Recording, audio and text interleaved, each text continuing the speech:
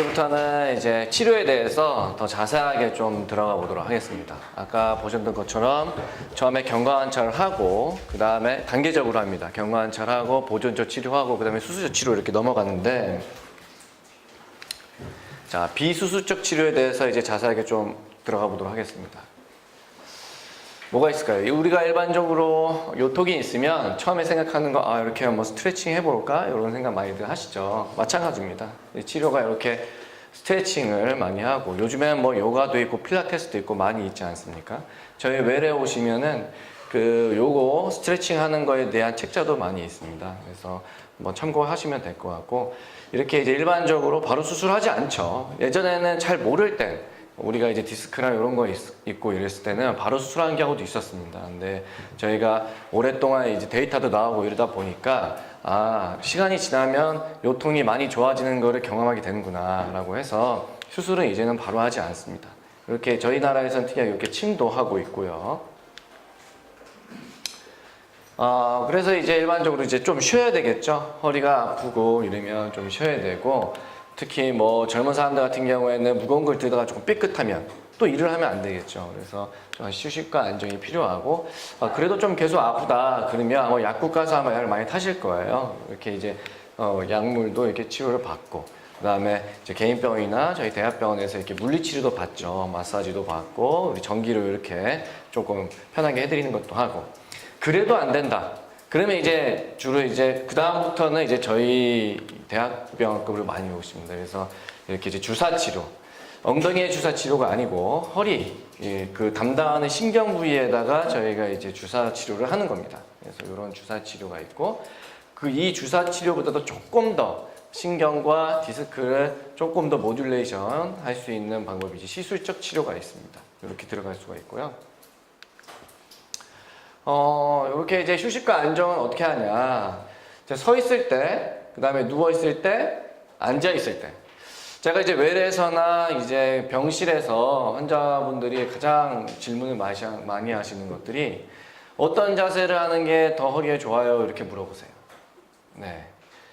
여기 앉아 있을 때가 더 허리에 좋을까요? 서 있을 때가 더 허리에 좋을까요?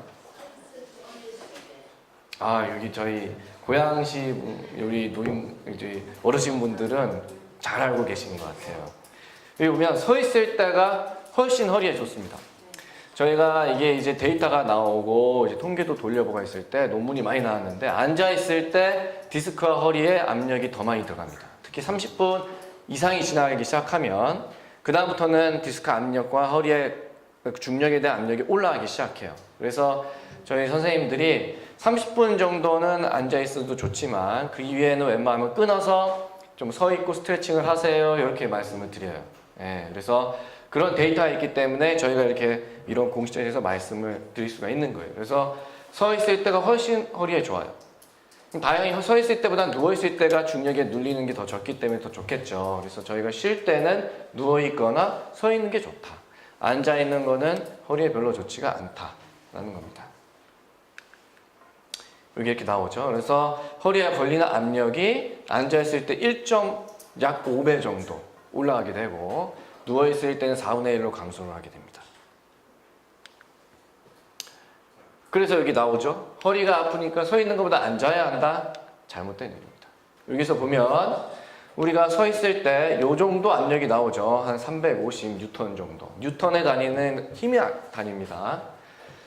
이렇게 앉아있을 때 훨씬 높죠? 근데 앉아있는 자세도 굉장히 중요합니다. 그래서 앉아있으면서 앞으로 허리를 굽힌다. 이거는 허리에는 굉장히 안 좋은 거예요. 그래서 보면은 우리가 제대로 앉아있는 것보다 거의 2~3배 정도가 압력이 올라가시죠. 그래서 이렇게 앉아있는 자세, 부득이하게 우리가 안 앉아있을 수는 없잖아요. 그러니까 앉아있을 때도 우리가 허리를 뒤로 이렇게 하는 게 좋고, 앞으로 굽히면 더 좋지 않다라는 것을 보여주는 표현입니다. 그래서 앉아있는 경우가 추간판의 하중이 더 가해진다. 그래서 서 있으면 그렇지만 다리가 좀 아플 수가 있겠죠. 자, 그럼 올바른 자세가 뭘까? 우리가 자세 각각에 따라서 좋은 자세들이 있습니다, 허리에. 그래서 보면은, 자, 우리가 누워있을 때 그냥 꼿꼿이 누우는 것보다도 이렇게 이제 다리에 베개를 하시는 게 훨씬 낫습니다. 그래서 뭐 오늘 집에 가셔도 이런 자세를 취하면 허리에 좋은 자세가 되는 거예요. 그리고 우리가 누워있을 때 배에다 이렇게 하는 방법. 옆에 누워서는 이렇게 배를 다리 사이에 넣는 것이 허리에 훨씬 좋다. 그래서 이렇게 꼿꼿이 눕는 자세는 별로 안 좋고, 마찬가지로 엎드려서도 이렇게 꼿꼿이 엎드리는 건 별로 좋지가 않다. 예, 그런 내용입니다. 그럼 누워만 있어야 되냐? 또 그렇지가 않죠. 아까 앞에서 우리 손문희 교수님 잘 설명을 해주셨는데요. 척추는 우리 기둥이고 그 기둥을 둘러싸고 있는 잔기둥들이 있습니다. 그게 뭐냐면 근육과 인대예요. 우리가 건물을 만들더라도 중심 메인 기둥이 있고 그거를 둘러싸고 있는 잔기둥 등이 있지 않습니까? 근데 잔기둥이 힘이 부실하면 그 메인 기둥이 굉장히 힘이 되겠죠? 마찬가지입니다. 그래서 누워만 있으면 척추에는 좋겠지만 우리 근육과 인대는 나빠져요. 그래서 오래 누워 있으면 근육에 힘이 빠지고. 이제 됐네요. 네, 죄송합니다. 그래서 누워만 있으면 안 된다. 예, 우리 특히 이제 수술하시고 나서 우리 어르신분들이 계속 누워만 계시려고 하세요. 그러면 안 돼요. 저는 이제 수술하고 나서 그 다음날 무조건 걷게 해드려요. 왜냐하면 근육이 약해지기 때문에. 인대도 약해지고. 그래서 통증이 심하지 않는다면 급성기 때는 좀 누워 계셔도 괜찮지만 그 이후에는 가벼운 일상생활과 걷기 운동을 하셔서 근육과 인대를 계속 힘을 줘야 됩니다. 그러면 이제 허리 디스크인 경우 충분한 휴식이 좋다? 맞죠? 근데 휴식을 수요일간 취하고, 그렇지만은 장기간 휴식을 취하게 되면 아까 말씀드린 대로 근육과 인대가 좀 안 좋아질 수가 있다. 그럼 운동으로 나올 수가 있을까요? 그래서 급성기 때는 우리가 웬만하면 쉬는 게 좋습니다. 급성기 때 허리가, 특히 어르신분들 하다가 허리가 탁 삐끗해서 엄청 아플 때가 있어요. 그때는 좀 쉬셔야 돼요. 그러고 나서 그 기간이 조금 어느 정도 지나면 대부분 한 일주일에서 2주 사이거든요. 그 다음부터는 조금 걷기 시작하셔야 돼요. 예. 그래서 운동으로 근육량을 늘릴 경우 증상이 호전될 수가 있고, 이런 운동의 목적은 척추 안정성을 확보하는 것이다 라는 거죠. 자, 그럼 나쁜 운동과 좋은 운동이 있어요. 제가 이제 외래에서도 환자분들께서 많이 물어보시는 거니 어떤 운동이 좋아요? 이런 걸 많이 물어보세요. 그래서 책에 나온 거 그대로 증명된 걸 말씀드리면 수영과 걷는 운동이 가장 좋습니다. 나머지 운동은 아직까지는 증명이 안 돼 있어요. 필라테스가 좋아요? 요가가 좋아요? 아직은 데이터가 쌓이지 않았어요.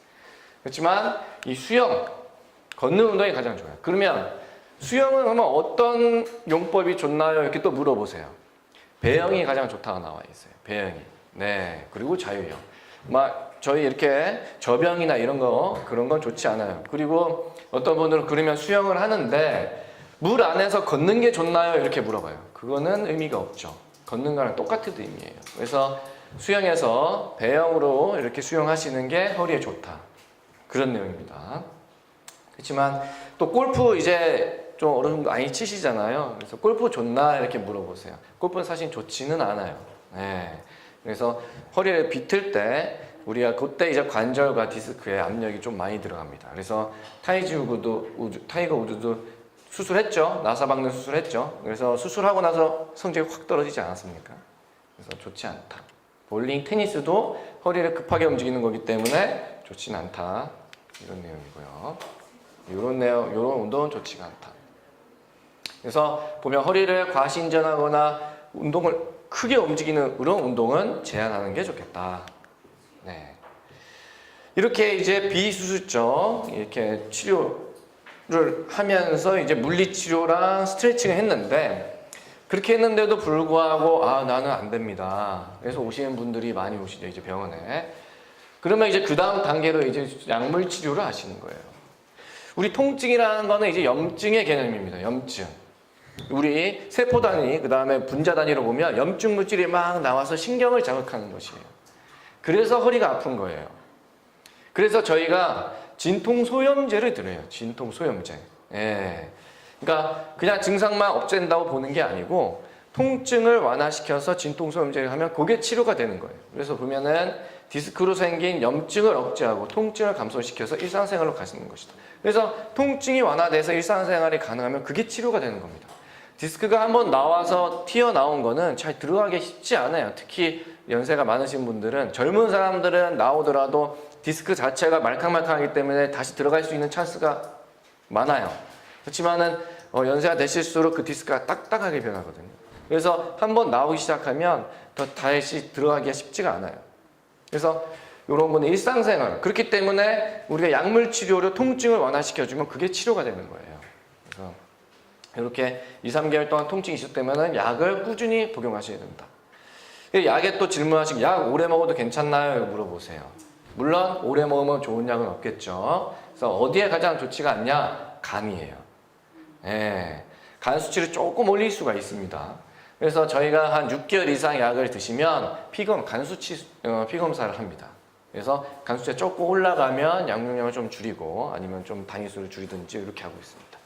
그래서 여기 보시면 통증이 없으시면 복용을 중단한다. 이제 부작용, 모든 약에는 부작용이 조금씩 있습니다. 그거는 굉장히 부작용이 많은데 우리가 약 보면은 굉장히 많죠. 세밀하게 조그만 글씨로. 의사들도 다 몰라요. 그렇지만은 이 약에 대해서 굉장히 큰 부작용, 그다음에 흔한 부작용들을 의사들도 다 알고 있어요. 그래서 약물 복용하실 때는 반드시 병원에서 상의를 좀 하셔야 되고 이런 문구들이 이제 많이 다 있을 거예요. 그래서 이제 위장관 장애가 나타날 수가 있고 좀 어지러울 수가 있고 입마름이 있을 수 있다. 특히 위장관 장애 아까 말씀드린 그 진통소염제 계열은 위장관 장애가 생겨서 속이 조금 쓰릴 수가 있어요. 예. 어지러울 수 있어요. 이건 뭐냐면 진통소염제가 아니고 신경에 우리가 다리가 저릴 때 쓰는 약이 또 있습니다. 신경에 쓰는 약. 그거는 조금 어지러울 수 있고 다 생기는 건 아니에요. 예. 근데 어지러울 수 있는 부작용이 생길 수가 있어요. 흔하게. 입이 마를 수가 있다. 물을 많이 드세요. 우리 진통하는 약 중에서 좀 고단위 센 약은 마약성 진통제를 좀 쓰기도 해요. 예, 다 쓰는 건 아니지만 이렇게 마약성 진통제 쓰는 분들은 입이 좀 마를 수가 있어요. 예, 그래서 이런 증상이 있는 거는 저희 그 의료진들한테 반드시 상의를 하셔야 돼요. 그래서 이렇게 특히 이제 어지럽고 졸릴 수가 있는데 약에 따라서 졸릴 수 있으니까 운전하고 이런 것들은 조금 어르신분들은 지양하는 게 좋겠다라는 겁니다. 효과 기간에 대해서는 이제 요통에 대해서는 효과적이지만 다리 통증에 대해서는 제한적이고 통증이 심할 때는 매일 받는 것이 효과적인 것이죠. 자, 그러면 이제 주사 치료를 보면 주사 치료도 이제 여러 가지 종류가 있습니다. 여기 보면은 경막 외 주사, 신경 차단술, 꼬리뼈 많이 보셨죠?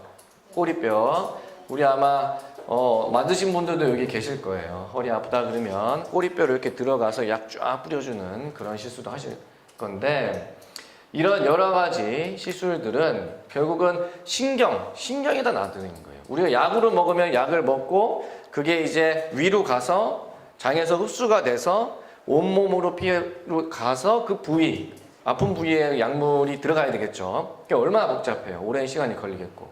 그렇지만 주사는 바로 우리가 원인이 되는 부위에다가 약을 뿌려주고 나오는 거예요. 그러니까 당연히 약물보다는 효과가 좋을 수밖에 없습니다. 네. 그렇지만 바로 하지는 않고 약물로 우리가 치료를 해보고 안 되면 이런 것들을 한다. 예. 그래서 이 약에 우리가 결국 스테로이드라는 제제를 써요.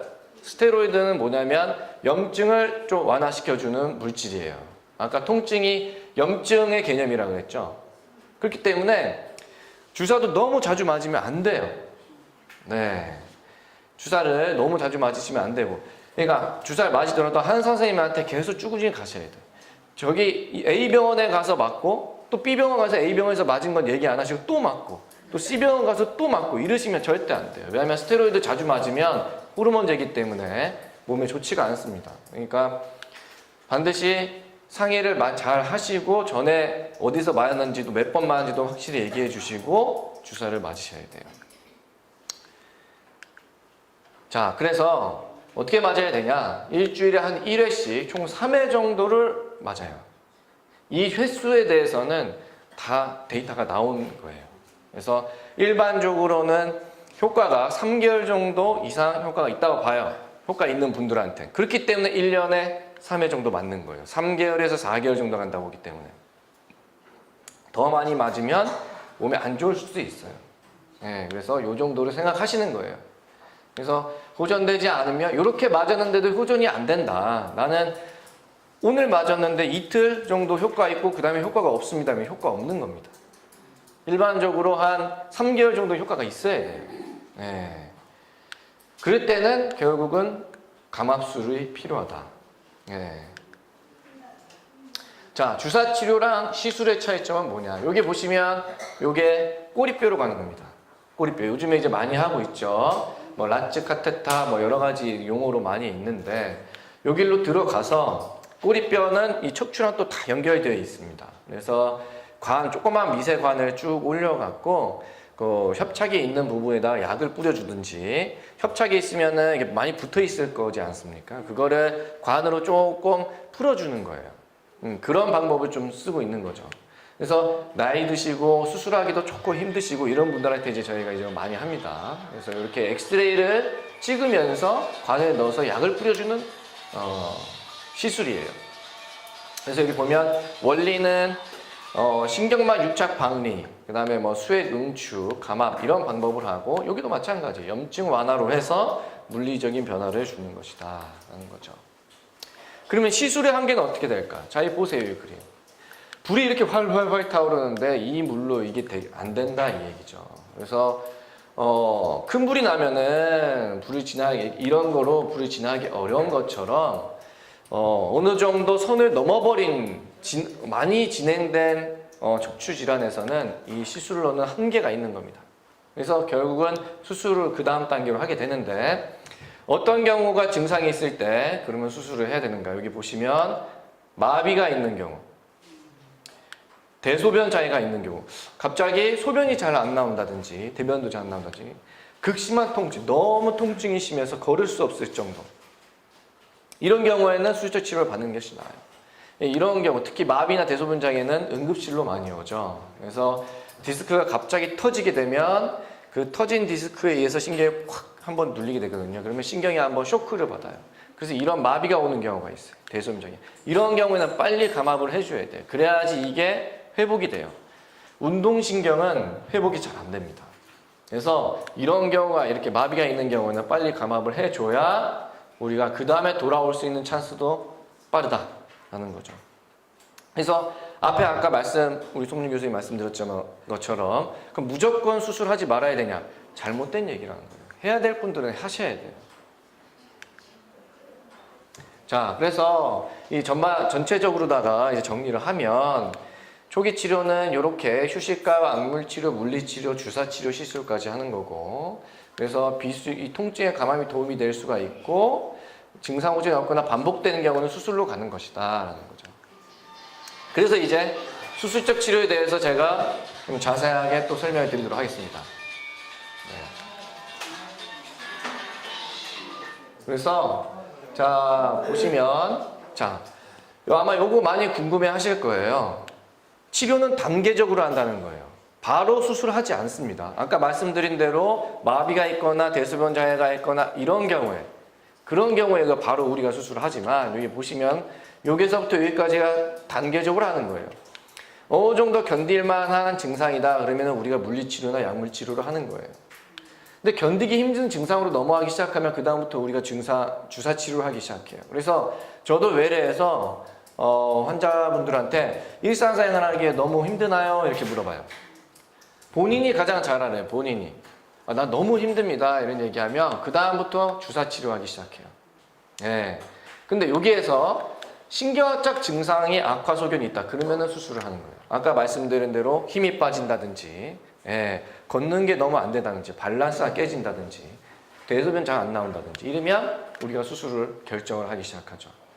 그래서 환자 개개인의 증상 정도에 따라서 적절하게 여기에서 선택을 하고 있습니다. 자, 여기 수술하는 모습이죠. 하는데 결국은 신경 압박으로 인해서 통증과 감각 저하, 근력 저하 등이 있으면 수술한다. 이거를 완화시키기 위한 목적으로 수술을 하는 것이다 라는 거예요. 자, 여기 보면은 호전되지 않는 통증, 일상생활에 지장될 정도로 통증이 있다. 근데 어느 정도 통증이 있어야 됩니까? 라고 물어보시는 분들이 있어요. 외래에서 3개월 이상입니다. 3개월 이상 일상생활 힘들 정도로 아픈 분들 굉장히 많이 견디시는 거예요. 오랫동안. 예. 이 정도면 수술을 하셔야 되는 거예요. 자, 신경이성 파행. 이게 뭐냐면 우리가 좀 처음엔 괜찮은데 걷기 시작하면은 너무 아프기 시작하는 거예요. 걷기 시작하면. 그래서 어떤 분들은 100m도 못 가요. 쉬었다 가야 돼요. 또 끊어서 이렇게 가야 된단 말이에요. 그러니까 친구분들이랑 어디 마트를 간다든지 여행을 가신다 하더라도 이게 걸음걸이를 못 따라가는 거예요. 너무 아파서. 그리고 또 친구분들이나 아니 주변 사람들한테 방해가 될까 봐. 본인은 쉬었다 가야 되는데 남들은 다 가니까. 요게 신경이성 파행이에요. 조금만 걸어도 다리가 너무 저려서 쉬었다 가야 된다. 쉬면 또 나아요. 그래서 또 걷기 시작하면 또 아프고. 이러면은 문제가 있는 거다. 그 다음에 운동신경마비. 다리에 힘이 없고 특히 이제 조금 여자 되시면은 약간 무딘 경우가 있으세요. 감각이. 그래서 다리에 힘이 없는데 근육에 힘이 빠져요. 이런 경우가 있어요. 근육이 말라가요. 이런 분들이 있어요. 이런 분들 벌써 운동신경이 많이 눌렸다는 얘기예요. 그러니까 우리가 많이 못 느끼겠지만 근육이 빠지기 시작하면 그건 벌써 운동신경이 많이 눌린 거다. 요건 수술을 하셔야 돼요. 그리고 마미총증후군이라고 뒤에 또 제가 자세히 설명을 드릴 텐데 여기 보면 대소변, 성기능 장애 이런 것이 있을 때는 응급수술을 해야 되는 거다. 요거는 응급수술이다. 자, 그래서 여기 보면은 운동신경, 감각신경 마비 너무 아프다, 힘도 빠지는 것 같다. 그래서 뭐 발목, 발가락, 무릎 등 허리 신경 우리가 허리 척추에 신경이 눌려서도 다리랑 무릎이랑 여기까지 다 아플 수가 있고 마비가 올 수 있는 거예요. 그래서 물론 그 국수적인 위치에 문제가 생겨도 생길 수 있지만 가장 흔한 것이 척추 질환이에요. 그래서 허리 신경 위치에 따라서 이렇게 하지 근력이 힘이 빠질 수가 있다. 자, 마미총증후군. 이 용어를 들어보신 분이 저는 있을 거라고 믿고 있습니다. 이게 뭐냐면 마미총.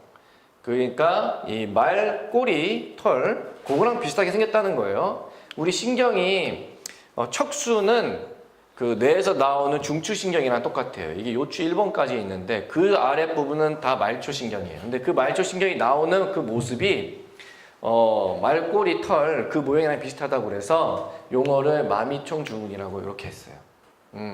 그래서 이 아랫부분의 신경을 우리 마미총신경이라고 하는데 여기에 갑자기 눌리게 되면 아까 같이 마비가 오고 대소변 장애가 오고 그런 거 감각도 이상해지고 이런 경우에는 응급수술 하셔야 되고 이런 어떤 경우에 그럼 잘 생기냐 가운데에서 디스크가 탈출돼서 신경을 누르는 경우에 잘 생긴다. 그럼 언제 수술을 해주는 게 가장 그럼 효과가 좋냐? 24시간 이내에 해주는 게 가장 좋아요. 그냥 응급실에 와서 오면 24시간 안에 하는 게 가장 좋아요. 그래야지 마비도 빨리 회복될 가능성이 높아요. 네. 자, 그래서 여기 보면 말씀드린 대로 이제 뭐 극심 하사통, 뭐 감각 저하, 대소변 장애, 성기능 장애 있으면 응급수술 해야 된다. 그래서 결국 응급수술은 어떻게 하냐. 요즘은 이제 기술이 저희 나라가 척추수술은 엄청난 기술을 갖고 있습니다. 네, 전 세계에 거의 뭐 리딩하고 있다고 보셔도 되는데 특히 내시경 감압수. 저희 병원도 내시경을 해요. 네, 내시경으로. 물론 내시경을 해야 될 환자들이 있고 또 크게 열어서 해야 될 환자들이 있어요.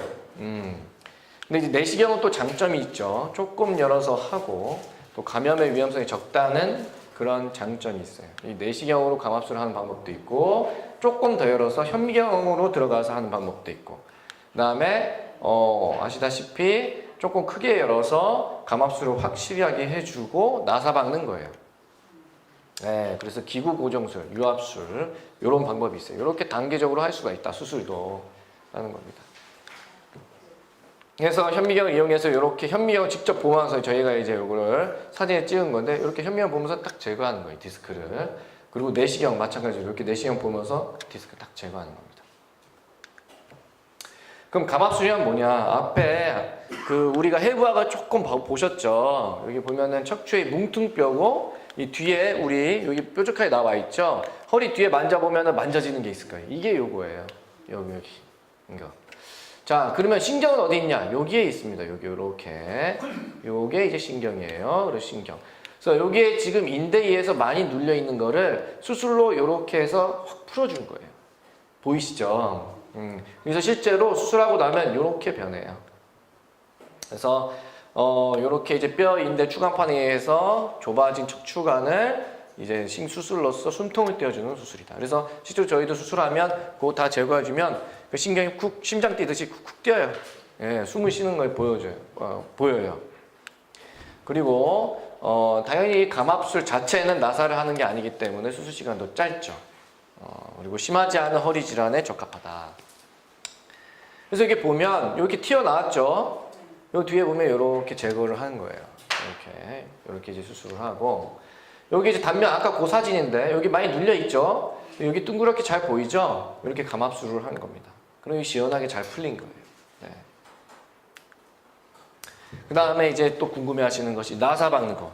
저는 꼭 나사를 박아야 되나요? 이걸 가장 많이 또 물어보세요. 여기 보시면 유압술 이게 이제 진단서 때 가시면 유압술이라고 해요, 저희가. 그래서 이렇게 유압술이란 건 뭐냐? 여기 보시면은 뼈 사이 여기 디스크인데 디스크를 다 제거하고 여기에 뭘 하나 넣어놨어요. 케이지. 우리 애기들 레고 블럭 같은 거 그런 모양을 여기다 뼈를 같이 넣어서 이렇게 넣어놓은 거예요. 왜냐하면 이 유압술이라는 거는 유합 붙인다는 얘기죠. 이 뼈랑 이 뼈를 하나의 뼈로 만들기 위해서 이렇게 붙여준 거예요. 그러면 시간이 지나면 이게 하나의 뼈가 돼요, 이렇게. 근데 그 뼈가 붙는 과정에서도 좀 문제가 생길 수가 있죠. 그래서 여기 나사를 고정술을 해서 확실하게 뼈가 붙을 수 있도록 해주는 거예요. 요게 우리가 얘기하는 나사 고정술 유압술이에요. 네. 언제 하냐? 척추가 불안정할 때. 그럴 때 하는 거예요. 그러면은 이게 다 붓기까지는 언제 걸리냐? 3개월부터 붓기 시작해요. 수술을 하고 나서 3개월부터 붓기 시작해요. 그래서 우리가 일반적으로 보조기를 3개월 정도를 착용을 해요.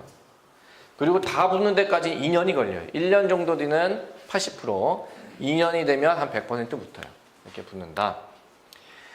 그러면은 이거를 나사를 언제 하냐? 우리가 척추는 안정성도 있어야 되지만 유연성도 있어야 되겠죠. 우리가 이렇게 잘 움직이는 거는 유연성이 있죠. 근데 척추가 많이 흔들리면서 유연성이 있으면 의미가 없는 거예요. 그럼 신경이 계속 눌리겠죠. 흔들리면서. 그러니까 안정성을 확보하면서 유연성이 있는 특별한 구조물이에요. 우리 척추는. 네. 근데 그게 안 되기 때문에 결국 이 부분에 문제가 생겨서 신경이 눌리는 거잖아요. 그래서 수술은 지금 현존하고 있는 수술의 한계이긴 하지만 안정성을 확실하게 확보해주기 위한 수술이에요. 유연성은 우리가 확보할 수가 없어요. 왜 그러냐면 여기랑 여기랑 하나에 붙여버리니까.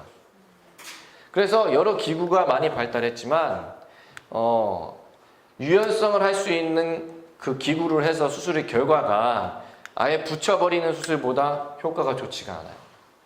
그래서 유압술을 지금도 하고 있는 거예요. 예. 자, 보세요. 여기 보세요. 아까랑 확실히 다르죠? 뭐가 문제가 있을까요? 여기 보면 이 뼈 앞으로 나갔죠?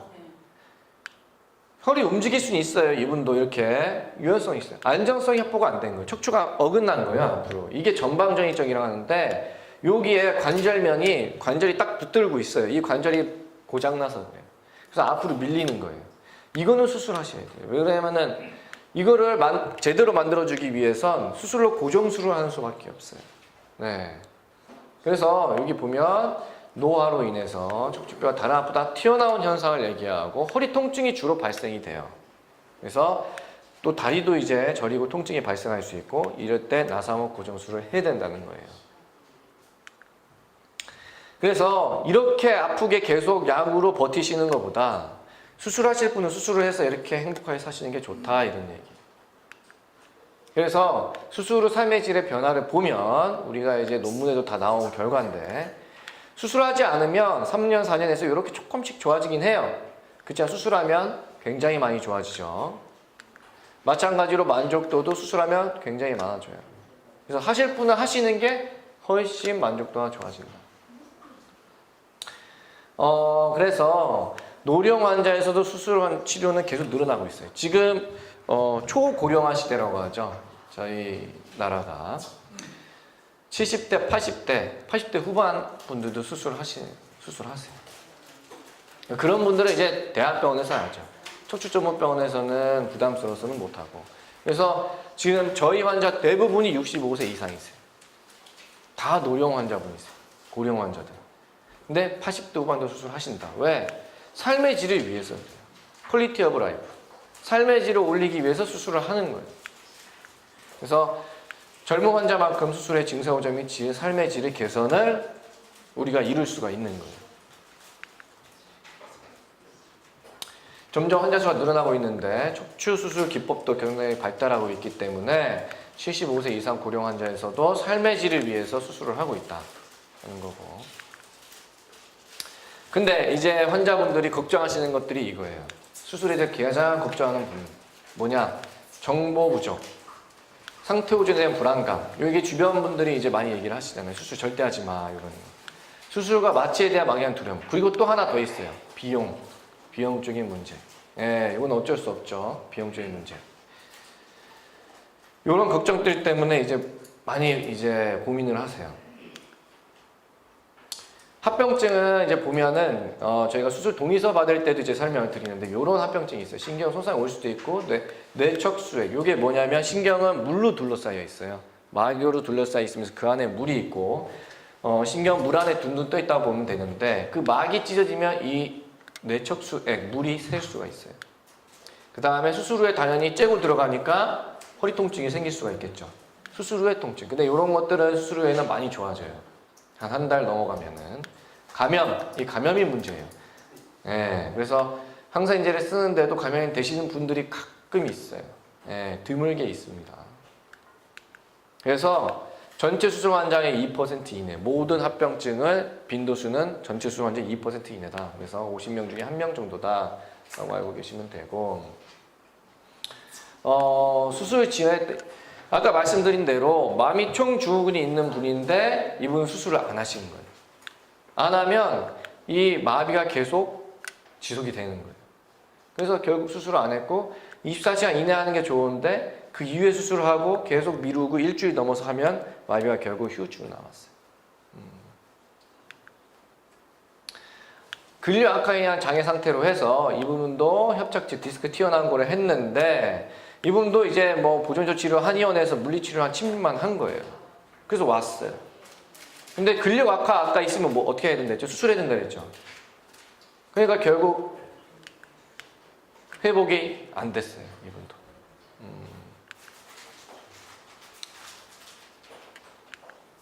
그래서 자 그렇게 저희가 이제 수술을 하는데 그럼 수술하기 전에 우리가 어떻게 해야 될까? 금연, 절주. 금주 아니죠, 금주. 네, 술은 어느 정도 좀 드시라는 말씀인데 금연이에요. 담배는 굉장히 안 좋습니다. 예전에 한 10년에서 15년 전에는 담배 산업 때문에 의료진들이 얘기를 할 수가 없었어요. 근데 그 전부터 논문에는 담배는 모든 병의 리스크 팩터예요. 네, 위험성 인자예요. 근데 지금은 거의 전 세계적으로 통용이 됐고 금연이에요. 담배를 오랫동안 피기 시작하면 말초혈관이 죽기 시작합니다. 근데 신경을 공급하고 있는 혈관은 말초혈관이에요. 굉장히 작은 혈관이에요. 그게 결국 죽기 시작하니까 신경에도 영양 공급이 적게 되고 회복도 느리게 되는 거예요. 그래서 금연은 하시는 게 좋아요. 저도 이제 환자분들 오시면 오랫동안 피신 분들 지금 갑자기 금연하시라는 말은 못 해드리죠. 그래서 웬만하면 줄이시는 게 좋아요. 그리고 정부에서도 금연에 대해서는 적극적이에요. 예, 금연 교육도 하고 있지만 거의 무료로 약물도 제가 지급하는 거로 알고 있어요. 예, 그리고 절주, 혈당 조절 잘 하셔야 되고 칼로리 잘 하셔야 되고 약물 복용, 자주 금식하는데 피를 묽게 하는 약이 있다면 그거는 끊고 오셔야 돼요. 예, 아스피린이라든지 심장에 쓰는 약들이 대부분 그런 약들이에요. 뭐 플라빅스, 아스피린 뭐 이런 약들. 수술 후에는 어떻게 하냐? 수술 후에 실밥을 뽑고 나서부터는 샤워할 수 있어요. 근데 요즘은 다 붙이는 것들이 좋아서 수술하고 나서 방수 테이프 붙이고 그 다음날 샤워하셔도 돼요. 방수 테이프가 다 있어요. 예, 그러니까 하셔도 된다. 그리고 실밥 제거하고 나서는 그런 거 안 붙이고 샤워하셔도 된다. 그리고 걷기 운동. 저는 수술하고 나서 그 다음날부터 무조건 걷게 해드려요. 아까 말씀드린 대로 근육, 인대, 관절이 굉장히 중요하기 때문에 그거의 운동을 위해서 걷는 운동을 시켜드리고 올바른 척추 자세를 유지할 수 있도록 해야 되고 술, 담배는 안 하는 게 좋다. 그 다음에 이제 제가 이제 척추도 보지만 척추가 안 좋은 환자들이 또 많은 골다공증이 굉장히 많아요. 골다공증이 있어서 응급실에 오시는 70, 80대 어르신분들이 대부분 뭐냐면 압박골절로 와요. 이게 뭐냐면 앞에도 사진에 잠깐 우리 손문희 교수님이 보여드렸는데 척추 뭉뚱표가 우리 깡통 재활용할 때 이렇게 하면 짜그라들죠. 그것처럼 척추 뭉뚱표가 주저앉은 거예요. 그래서 허리가 아파서 오시는 게 압박골절이라는 거예요. 왜 생기냐? 골다공증 때문에 와요. 그래서 저는 저 부모님도 계시는데 골다공증 검사 반드시 해보라고. 있으면 약 드세요. 이거. 뼈가 굉장히 중요해요. 그래서 뼈가 약하면 아까 삶의 질 제가 말씀드렸는데 삶의 질이 확 떨어집니다. 네, 그래서 뼈를 튼튼하게 하는 약들과 주사들이 많이 있으니까 이거는 하시는 게 좋아요. 그리고 마찬가지 약으로 바이타민 D 같은 거, 칼슘제는 복용해 주시는 게 좋아요. 우리 종합 비타민제 드시는 것처럼. 네. 그다음에 무거운 물건은 6개월 정도 뒤에 하고 뭐 잔종 약으로 이제 좀 치료를 한다. 조금 남아있는 신경통은. 그러나 우리가 이제 고혈압 치료 어떻게 하죠? 고혈압 치료? 약 드시죠? 약 안 먹으면 또 어떻게 돼요? 또 혈압 올라가죠. 마찬가지입니다. 척추도 수술했다고 해서 완치가 되는 게 아니에요. 척추는 외상 이외에는 나머지는 다 퇴행성 질환이에요. 그러니까 나이가 들수록 마모가 되고 점점점 문제가 생기는 거예요. 우리가 타이어를 오랫동안 쓰면은 타이어가 마모가 되는 것처럼 그래서 수술을 했다고 우리가 무조건 다 없어지는 거 아니에요. 척추 문제가. 그래서 고혈압 우리가 계속 관리하 식이 조절하고 우리가 뭐 운동 조절, 운동 치료도 하고 하는 것처럼 척추도 마찬가지로 관리를 하셔야 돼요. 아까 앞에서 보여드렸던 비수술적 치료, 그런 것들을 하셔야 되는 거예요. 그리고 무거운 것도 마찬가지로 들으면 안 되고. 그래서 이렇게 노화를 막을 수 있는 게 아니기 때문에 우리가 계속 척추가 안 좋으신 분들은 관리를 하셔야 된다. 그래서 보면 이런 보조기 착용합니다. 우리가 수술하고 나면 플라스틱 보조기. 수술하면 플라스틱 보조기를 저희가 차요. 보조기도 여러 가지 종류가 있는데 왜냐하면 확 잡아주기 위해서. 그래서 아까 말씀드린 대로 3개월 정도 착용한다. 3개월 정도. 자, 그래서 제가 이제 몇 가지 질문 제가 여기 해드리고 마지막에는 제가 질문을 받는 시간을 갖도록 하겠습니다. 자, 나사막 고정술은 꼭 해야 됩니까? 해야 되나요? 꼭 해야 되는 거예요? 그건 아니죠. 네. 해야 될 환자도 있고 해야 될 안 해야 될 환자도 있고 그래서 세모예요. 네. 자, 여기 보시면 이 피사의 사탑 이게 뭐죠? 그렇죠. 우리 유럽 여행 가면 이거 보잖아요. 이게 왜냐면 여기 옆에 있는데 옆에 이렇게 기울어져 있는데 무너지지가 않아요. 예. 이렇게 뭔가 불안정성이 있는 것 같이 하지만 안정성을 확보하고 있는 탑이에요. 척추도 마찬가지예요. 노화가 되면 조금씩 흔들릴 수 있어요. 그렇지만 안정성이 확실히 있으면 수술 안 해도 된다 이런 얘기예요. 자, 근데 이거 보세요. 여기 지금 건물이 막 무너지려고 하죠. 예, 이게 지금 주 기둥인데 무너질 것 같아요. 어떻게 해야 돼요?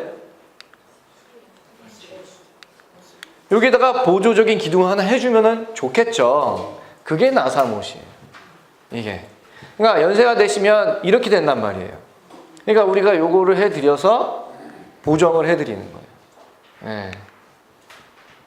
그러면 허리는 한 번 수술하면 계속 수술해야 될까요? 그건 아니죠. 네, 아닙니다. 그래서 허리 수술하면 또 다른 데 수술했어요. 요거는 그 부분이 퇴행성 결과가 빨라져서 그래요. 그러니까 노화의 과정인 거예요. 척추가 벌써 요추만 5개가 되고 흉추 12개, 경추는 7개인데 그 중에 한 레벨만 수술을 한 거예요. 그 위의 레벨은 또 노화의 과정으로 퇴행성 결과를 밟을 수가 있겠죠. 그래서 수술을 하게 되는 거예요. 그래서 이렇게 서 있는 분이 점점점 노화의 과정처럼 또 생기는 거예요. 우리 이거 예를 들어서 임플란트 한쪽 했는데 다른 부분 정상형 부분이 시간이 지나면 또 해서 또 다른 부분에 임플란트 할 수 있겠죠. 그거랑 마찬가지예요. 그래서 5계명의 저희 학회에서 저희 일산병원이랑 학회에서 이렇게 5계명을 만들었어요. 그래서 매일 아침 5분 정도 스트레칭을 해줬으면 좋겠다. 적어도. 그 다음에 가슴은 쭉 펴고 허리는 꼿꼿하게. 요 자세 아까 그랬죠. 앉아있을 때도 허리를 굽히면 안 좋다. 더 안 좋다 그랬죠. 그래서 꼿꼿하게 허리는 펴시는 게 좋다. 허리 근육 강화는 필수. 걷는 거 아니면 수영, 그런 운동이 가장 좋아요. 스마트폰과 요즘에 스마트폰 많이 하죠. 젊은 사람들이 목이 많이 아파서 와요. 일자목 때문에. 왜냐면 이것 때문에 그래요. 스마트폰 계속, 저도 그렇지만 이렇게 계속 봐서 그래요. 그러면 이거 계속 이렇게 일자목이 될 수밖에 없어요. 그러면 퇴행성결과 빨라져요. 그래서 저도 이제 젊은 분들한테는 어깨를 펴고 목을 쫙 뒤로 당겨서 전방 30도를 보시라고 말씀을 드려요. 이 자세가 굉장히 중요해요. 자세가. 그 다음에 적당한 일광욕과 칼슘. 일광욕은 왜 우리가 햇빛을 받아야 될까요? 역시 저희 우리 고양시 어르신분들은 굉장히 뛰어나신 것 같아요. 네. 맞아요. 비타민 D예요. 우리 피부에서 햇빛을 받으면 비타민 D가 나와갖고 우리가 뼈를 튼튼하게 해드릴 수가 있어요. 아까 제가 그랬잖아요. 골다공증 굉장히 중요하다고. 반드시 뼈가 튼튼해야 돼요. 그래야지 삶의 질이 올라가요. 수술을 했지만 뼈가 약해서 수술 결과 안 좋은 경우도 있어요. 그래서 뼈는 평상시에 튼튼하게 해드립니다. 이거는 여성뿐만 아니라 남성분도 마찬가지예요. 제 입원 환자 중에 남성분이 압박골절, 골다공증 입원 환자가 반이에요. 꽤 많아요. 네. 남성분들도 60대 넘어서 70대 되면 여성분의 50대 후반, 60대 초반이랑 똑같아요. 그러니까 이거는 관리를 꼭 하셔야 돼요. 그래서 이렇게 보면 남녀노소 가병력 없이 허리 통증이 느껴진다면 우선 전문이란, 요즘 워낙에 척추에 대해서는 전문의가 아니고 전문가들이 많아요. 그래서 이런 얘기 저런 얘기 너무 많아요. 저는 말씀드리고 싶은 건 주치의가 있는 것처럼 한 선생님한테 꾸준히 계속 상의를 받으시는 게 가장 중요하다. 요 병원 가고 저 병원 가면 굉장히 좋지 않아요. 그래서 전문의와 상의를 하셔서 치료받는 게 굉장히 좋겠다라고 말씀을 드립니다. 네, 감사합니다. 네.